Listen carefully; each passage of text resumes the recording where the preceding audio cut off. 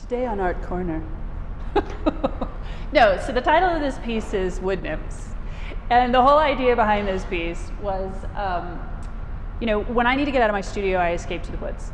That's like the best place to go to, you get grounded, you're out there, you breathe in the fresh air, you can smell the pines. It's a way of escaping and a way of recharging in a lot of ways.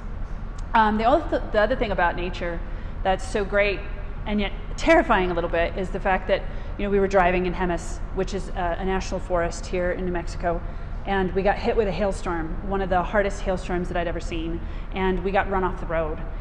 We barely made it into a driveway and had like 3 or 4 cars follow us in because they were blinded by the hail, which speaks to the unpredictability of nature. When it comes to this piece, I think the unpredictability part is in the red that I used for the leaves, that really sketchy, undefined kind of a line work. But when it comes to the characters, the 2 nymphs on either side also speaks to the sensuality of the forest, the idea of the forest being a place for reproduction, rebirth, recharge. And I think that that's kind of, young man, forest, reproduction, sexuality, coming of age, and growing.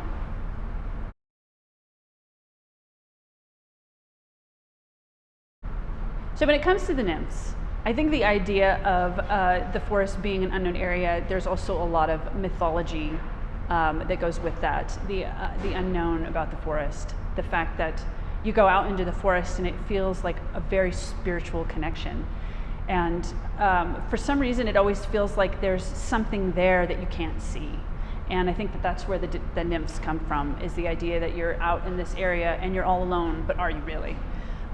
These characters that are following you around, forest spirits, you go into like Japanese folklore and there's a lot of that kinds of stuff.